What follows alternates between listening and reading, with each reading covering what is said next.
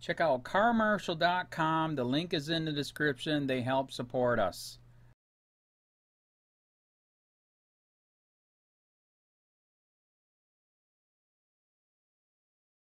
Scathing audit finds Mike Edmondson took repeated handouts, used state police roll for personal gain. By Jim Musty and James Ustyen at theadvocate.com, December 1, 2017, 11:20 a.m., 26. As Louisiana's longest tenured state police superintendent, Mike Edmondson created a life of luxury for his family at taxpayers' expense, ordering troopers to chauffeur his wife around the state, tapping state resources to service his son's Jeep, and even relying on trustees to walk the family dog at the Department of Public Safety compound where the Edmondsons lived rent-free for years. Edmondson, who retired amid scandal this year, also allowed friends to stay in New Orleans hotel rooms paid for by the city of New Orleans reserved for troopers, providing security at Mardi Gras, ate free meals at the state police cafeteria, ordered inmates to deliver food to his residence, and improperly used the governor's mansion dry cleaning service to clean his uniforms while taking a stipend from the state for dry cleaning. Those are among the findings of a scathing report being finalized this month by the State Legislative Auditor's Office, an inquiry that portrays Edmondson as a freeloader who never turned down a handout. The report, a draft of which was obtained by the Advocate, concludes that Edmondson may have broken several laws during his 9 years as superintendent, a tenure marked by a pattern of using public resources for personal benefit and questionable excesses, like free tickets to the annual Indy Mayan Ball. Edmondson said Friday that he received the draft earlier this week and was still reviewing it. Retired Louisiana State Police head Mike Edmondson deleted texts, misled public after Vegas side trip, inquiry finds. Bombshell report says retired LSP head deleted texts, misled public after Vegas side trip. A newly released state police report contains potentially criminal allegations against Mike Edmondson, the agency's former longtime superintendent.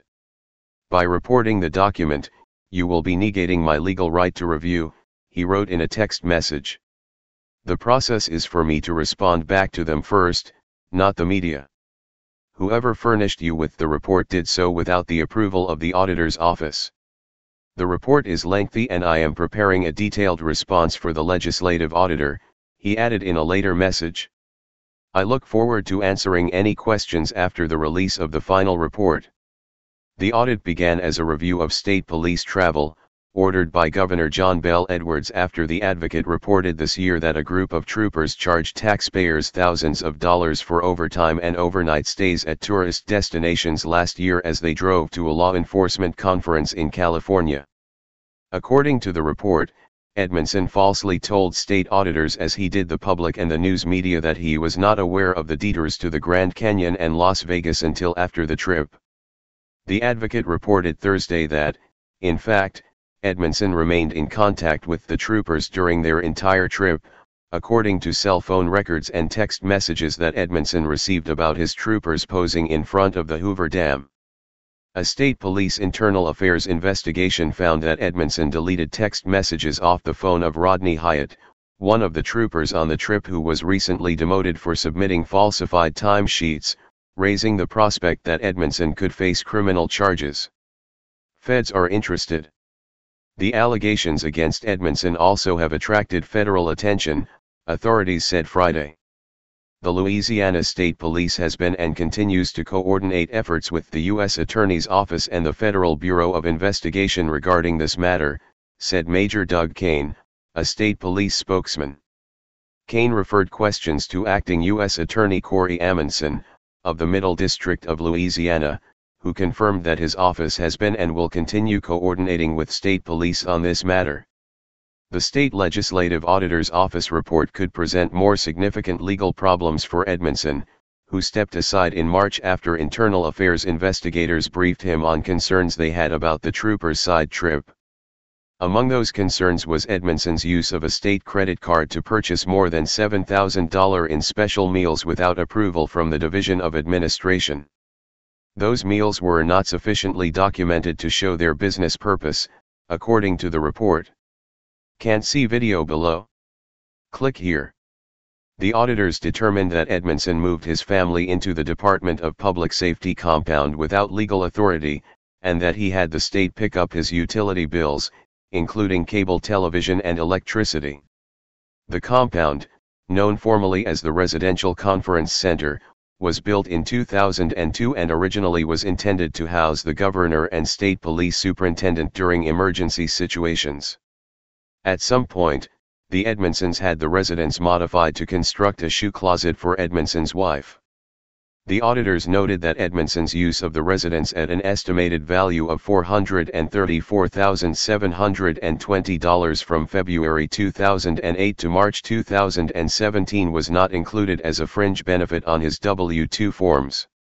It's unclear whether Edmondson paid federal taxes on the benefit, but auditors clearly believe he should have. +6 These recovered text messages show Mike Edmondson chatting with Louisiana troopers during Las Vegas side trip. These recovered text messages show Mike Edmondson chatting with Louisiana troopers during Las Vegas side trip. A former head of the Louisiana State Police is accused of deleting text messages amid an investigation of allegations that troopers improperly. Statements from DPS employees indicate that Colonel Edmondson is the only state police superintendent to move his family into the compound, the auditors wrote. DPS employees told us that a trustee worked at the compound exclusively to cook, clean and perform other services for Colonel Edmondson and his family, including walking Colonel Edmondson's dog. Edmondson similarly used the dry cleaning service to clean his uniforms and other clothing for free, even though he received a daily allowance from the state police to clean his uniform, a benefit that totaled more than $6,300 between January 2014 and March 2017.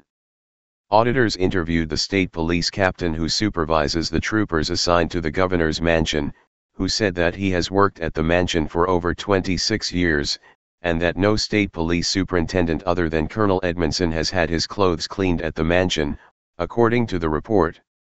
The supervisor added that he did not feel that he was in a position to question Colonel Edmondson's actions because he reported directly to Edmondson. Running errands. Rafael Goyeneche, president of the Metropolitan Crime Commission, a New Orleans-based watchdog group that has been critical of Edmondson for years, said the audit marked a day of celebration for the rank-and-file trooper that was aware of what Edmondson was doing to the organization during his tenure, and his self-serving decisions. He was less the colonel of the state police and more the boss hog of the state police, Goyeneche said, referring to the greedy villain from the Dukes of Hazzard TV series, and this report, I think, exposes that. For years, according to the report, Edmondson ordered troopers to provide transportation for his wife, whether she was bar hopping in New Orleans, gambling in Lake Charles or catching a concert in Lafayette. Troopers routinely were used to run personal errands for Edmondson while they were on the clock, the audit found. One trooper reported driving Edmondson's wife, mother-in-law and a friend to and from a Bob Seger concert at the Cajun Dome in Lafayette. State police also frequently gave Edmondson's wife a lift to the airport. Other troopers informed us that they were required to escort Colonel Edmondson's wife and friend to the French Quarter while wearing costumes, which may have included parts of the state police uniform, the report says. The auditors concluded that Edmondson also may have broken the law by providing complimentary hotel rooms to friends and family and receiving an improper reimbursement. Edmondson allowed friends and family members to stay in hotel rooms that were paid for by the city of New Orleans and that were intended for troopers working during Mardi Gras. Edmondson would receive multiple rooms in his name or the names of other troopers, the audit found. He also was reimbursed by state police for a hotel room in 2014, even though the city had bought a hotel room for him elsewhere. In February 2015, two of Edmondson's friends stayed in a suite at the Windsor Court that had been intended for troopers. Edmondson acknowledged inviting the friends but claimed he thought it was being paid for by them, the audit says. High-ranking state police troopers demoted, have pay permanently cut for role in Las Vegas side trip. High-ranking state police troopers demoted, have pay cut for role in Las Vegas side trip. 2 high-ranking state police troopers have been demoted for taking an unauthorized side trip last year to Las Vegas and the Grand Canyon. Colonel Edmondson's friend also said that there were multiple occasions when Colonel Edmondson told his wife and him that Edmondson had booked a room for them at the Windsor Court Hotel, and this may have been one of those occasions, the report says. However, Colonel Edmondson's friend said he and his wife were under the impression that Colonel Edmondson paid for the room personally and had no idea the city of New Orleans paid for the room. The following year, Edmondson secured another hotel room intended for a trooper for his stepdaughter and her friend, at Lowe's New Orleans Hotel. Edmondson claimed the room was an extra room that had been taken out of service because the air conditioner was broken, the report shows. The auditors also determined that Edmondson received free tickets each year to the Indy Mayan extravaganza, an apparent violation of a state law that prohibits public servants from accepting anything of economic value as a gift or gratuity from any person or employee of any person who has or is seeking to obtain contractual or other business or financial relationships with the public servants agency. Indy Mayan paid the state police nearly $400,000 from 2013 to 2017 for troopers to provide security details. Edmondson also used state resources to have minor repairs, washing and detailing services done on his family's vehicles. For instance, he used fleet operations personnel to replace his wife's tires and change the top of his son's Jeep, which has a hard top for the winter and a soft top for the summer, the report says. Free meals. The report also found Edmondson failed to pay for many of his meals at the state police cafeteria. Colonel Edmondson told us that it is possible that during his tenure as colonel, he inadvertently may have walked out of the cafeteria without paying for his coffee, the report says. However, he said he paid for his meals and that his meals were often paid for by other people. The cafeteria manager estimated that Colonel Edmondson did not pay for his meals at least 50% of the time. The auditors also faulted Edmondson for allowing 4 troopers to drive, rather than fly, across the country to an International Association of Chiefs of Police conference in October 2016, saying the road trip and the troopers' side excursions to the Grand Canyon and Las Vegas resulted in at least $13,000 in unnecessary taxpayer expenditures. The report said state police failed to maintain records of which training sessions troopers attended at the conference, making it difficult to determine whether the agency sent an appropriate number of employees to the meeting. The auditors concluded that Edmondson and his former chief of staff, Charles Dupuy, appear to have directed and/or approved conference travel without considering state policy. By not having a centralized system for tracking out-of-state travel expenses, the report said, DPS management cannot monitor the cost-effectiveness of sending employees to certain training events. Kane, the state police spokesman, said it would be premature to comment on the forthcoming audit report, citing the legislative auditor's standard procedures and directives to the department. We continue to cooperate with the legislative auditor's office, Kane said. The department is currently formulating our response to the findings and recommendations of the audit. Edmondson has been given until December 12 to provide a written response to the draft report. Staff writer Gordon Russell contributed to this report.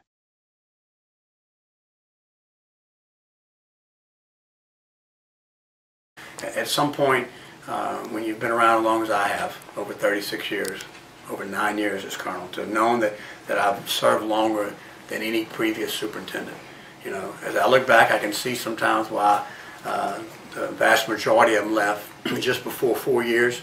That's when most of them have left, and then you have some that have served up to almost a full 8 years, but that's been very rare in the 25 superintendents that have been head of state police since it became a state police agency.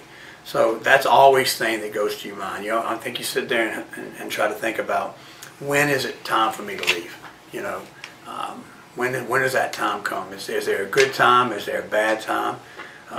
Because you always try to look at the right time.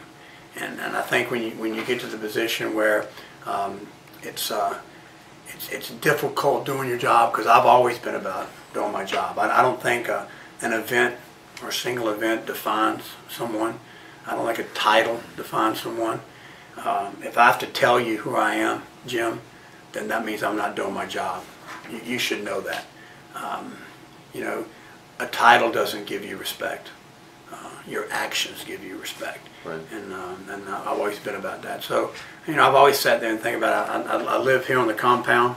That's been a good thing and a bad thing because you don't get away from it sometimes. And I think that it's important that people do that, because you've got to be able to reflect on what you're doing. When you look at the lives that I touch every single day, when you look at the people that I encounter and the things that I have to do, you know, I'm not just head of state police. I wear several titles. I sit on the governor's cabinet. Very proud to do so. Right. I've had an outstanding relationship with Governor John Bell. I was incredibly proud and honored and humbled when Governor General called me in his office and we had that conversation about being the next colonel. I mean, it was almost overwhelming. And to spend those 8 years as colonel through some very, very difficult times, and then the last 14 months with Governor Edwards. Look at what we've been through. Look at the things that we've done, and certainly you think about, when is it going to be time for me to leave? When is it going to be time for me to step down? And sitting down with my family, sitting down with my dad, who I have the utmost respect and dignity to see a man that has raised 4 boys, that buried a son, that has buried his mother and father, and to see the raw emotion pour out of him when I told him that I was leaving. At that moment, at that exact moment, I knew it was time for me to leave. And I think that's what defines an individual, because at the end of the day, it's you and your family. That's who it is. To be clear, you would object to any suggestion that you reinforce out that any of the controversies of recent weeks have contributed to this decision? Well, I think it's sad to sit there and see the news when it says that a alarming dismissal, resignation, cloud of controversy. There's always things going on. I run a very large agency that has a multitude of duties and responsibilities. So there's always going to be controversies. There's always going to be issues. Those things are going to be ongoing. It doesn't matter who sits at this desk right here. They're always going to be happening. I believe with all my heart, and I trust and value the integrity of this organization. This is not about Mike Edmondson. This is not about a single individual. This department is much bigger than any one person. So those things are always going to happen. But I believe and respect the process we have in place. Let me tell you something. We're going to get through all this. The 4 conferences that was attended in San Diego, they will speak for themselves. And at the end of the day, if they did something they weren't supposed to do, if they took time they should not have had, if they charged things they should not have done, they will have to pay that back. They will be disciplined. Those things will happen. That's part of a process. That's part of protocols. If we need to change something, I've already changed some things, we'll certainly do that. I welcome the Division Administration of doing their job of looking at these things. I welcome the Legislative Auditor. I've talked to them. They're looking at protocols to make sure those protocols are in place to make sure those things happen again. We're going to get past this. I can assure you the conversation I've had with the public and the people that I respect and look up to, they said, look, there's a lot more things going on. As we sit here right now, there are things happening all over the state that needs our attention. We're going to get through this. I'm not going to belittle the moment of that particular trip, but we're going to get through that. We're going to move forward because we have things to prepare for. The public doesn't just expect that from us. They demand that from us. And just to be clear on this front, you've always been transparent. You've talked about being transparent. There's nothing else that the public doesn't know that you're trying to forestall by stepping aside now. I mean, there's nothing that you're afraid of coming out. There is nothing that I'm afraid of coming out. I mean, the truth is the truth. Those things will happen regardless. I'm very confident in my tenure as superintendent, my time as a Louisiana State Trooper. I'm proud of every single thing that's happened because that's what's been most important. I think those things will speak for themselves. There's nothing out there that's telling me, Mike, you have to leave. that you need to leave, other than my heart and my conversation that it's time for me to retire. I had those conversations with the governor. I sat down in his office this morning at the mansion at 8:30. I delivered him my intent to retire. We had a pretty lengthy conversation about several different things. A very good conversation, a very productive, very positive conversation, and he accepted my retirement. I honestly don't know an adult life without state police. Right out of college, I was working with East Baton Rouge Parish Sheriff's Office as a deputy, so I came into state police.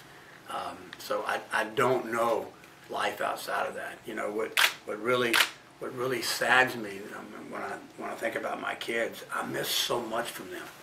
I've asked so much of the individual that I've called my wife, very loving, caring, and supportive person, that I've taken them away from a lot of things. To watch events unfold, my son's home run, walk-off home run, I miss that. You know, I saw him a short time later, but I missed that. An interception of a football and runs it back for a touchdown, I missed that. You know, a three-point shot in a basketball game, I missed that. Graduation at certain events throughout his time in school, I missed those things. I can't go back and recapture that. So, you know, family grieves with you as you move forward because they're part of you. So having those things and missing those things have been all I know. So I guess when you think about that, I don't know what life would be without that. But I believe in this. I believe, and I have believed since a young boy, that God's plan runs perfect. It's a perfect plan. I believe that. And I also believe that God's will, that's what will be done. I've had to make a lot of difficult decisions. But let me tell you something, I make this one with a clear conscience, an open heart, and a clear mind. This is the right thing to do for my family, for this organization, and for Mike Edmonds. I want to take a pause. Yeah. And I want to really look at my options in front of me. I welcome those. I'm going to be a part of this community. I'm not going to shy away from that. You're going to see me at events.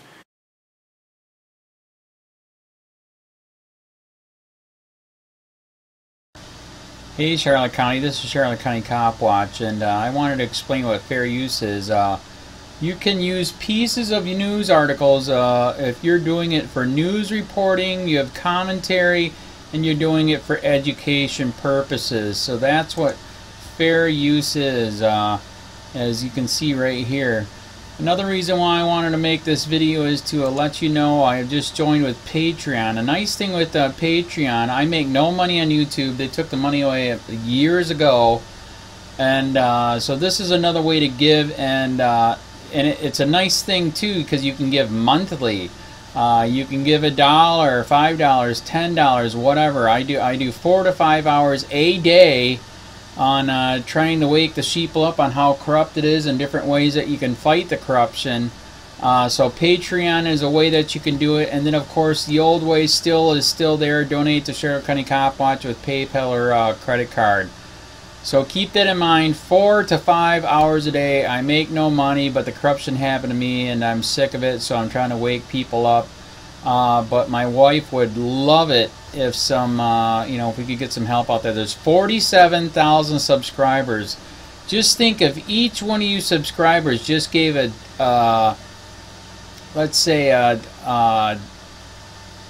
actually yes, $1 a month. 47,000 subscribers gave $1 a month. That would be awesome. That's not going to happen. But anyways, that would be great if it did happen. But do the math in your head. Just think about it. Like I said, 4 to 5 hours a day. I get no money from YouTube. YouTube has gone nuts. You can't do anything anymore. They're taking the money away everywhere. So these are a couple different ways that you can still help out with all this time that I put in. And as you know, I'm in a special situation where at least I can do it. 4 to 5 hours a day. We have a cleaning company during the day. That's what allows me to do this, and we're debt free. So this is my hobby. I don't go fishing and all that other crap. I try to save the world.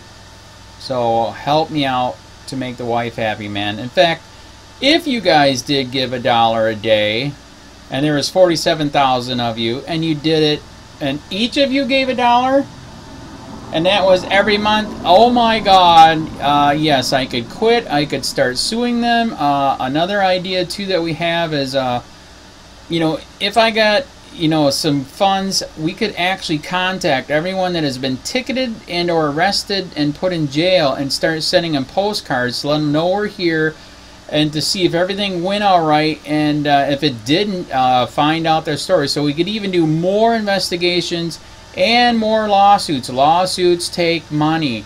So just think about that. You know, 47,000 of you so far right now. You know, $1 a day. I mean, $1 a month on Patreon, or $5 a month Patreon, 10, 20, whatever. Just do the math in your head. Help out. This is a lot of work every single day. Thanks.